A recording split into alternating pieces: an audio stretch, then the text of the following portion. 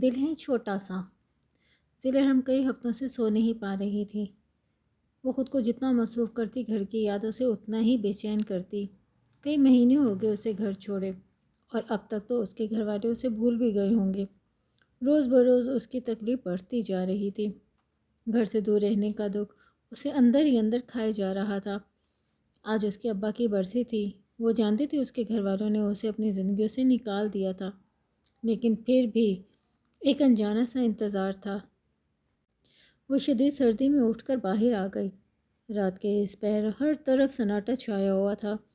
دوسروں کے دکھ درد بانٹنے والی، دوسروں کی زندگیوں میں اجالا کرنے والی ضلع حرم آج خود اندھیروں میں بھٹک رہی تھی۔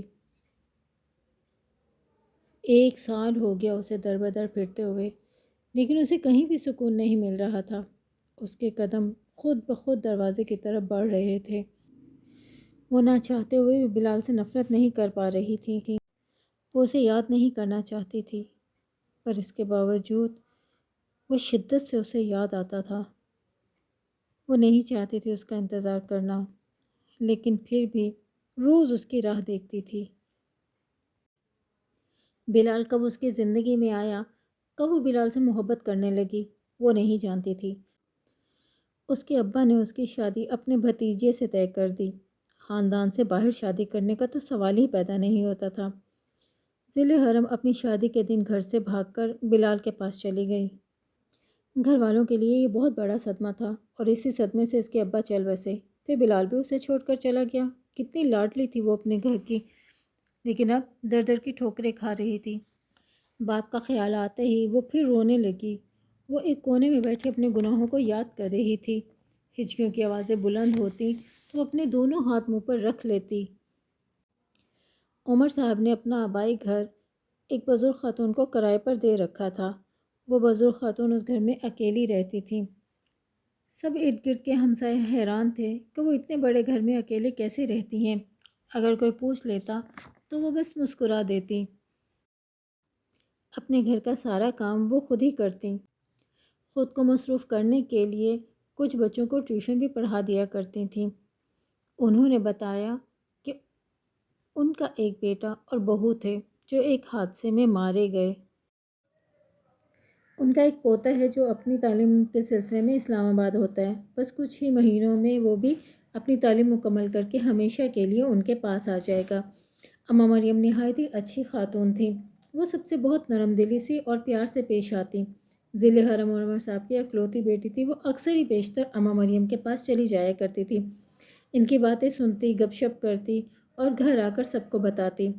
اماں مریم کو ضلع حرم اچھی لگنے لگی، اور انہوں نے سوچ لیا کہ وہ اپنے پوتے بلال کے لیے عمر صاحب سے اسے مانگ لیں گے۔ وہ بلال سے بھی ضلع حرم کی بہت تعریف کرتی، اور بلال بس ہنس دیتا۔ ایک ان دیکھی لڑکی کی بس وہ تعریفیں ہی سن رہا تھا۔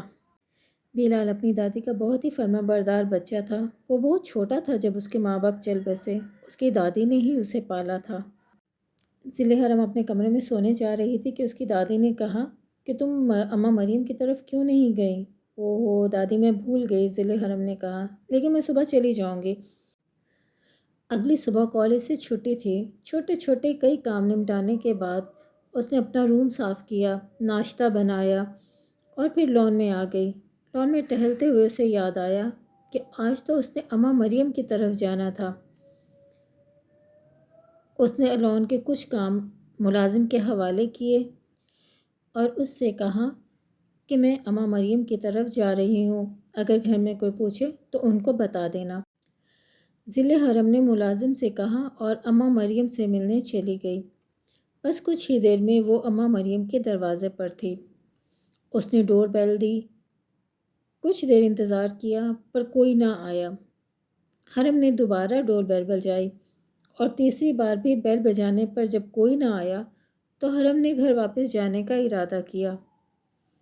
ابھی وہ گھر جانے کو مڑی ہی تھی کہ گیٹ کھل گیا۔ حرم کے سامنے ایک دراز قد اجنبی کھڑا تھا۔ اس کی آنکھیں نیند سے بھری ہوئی تھیں۔ اس نے اپنی بڑی بڑی آنکھوں کو تھوڑا سا کھولتے ہوئے حرم کو دیکھا۔ جی کہیے۔ وہ اماں مریم سے ملنا تھا، حرم نے گھبرا کر کہا۔ وہ ہسپتال ہیں، شام تک آ جائیں گی، لڑکے نے جواب دیا۔ ہسپتال؟ حرم ایک دم چونک گئی۔ جی جی ہسپتال، پر اب ٹھیک ہیں، شوگر تھوڑی لو ہو گئی تھی تو، لیکن شام تک وہ گھر آ جائیں گی۔ وہ ابھی بھی اپنی آدھی آنکھیں کھولے بات کر رہا تھا۔ اس کی سرخ ہوئی آنکھیں بتا رہی تھی کہ وہ ساری رات نہیں سویا۔ اب کل آ کر ان سے مل لیجئے گا، گویا وہ گیٹ بند کرنا چاہتا تھا۔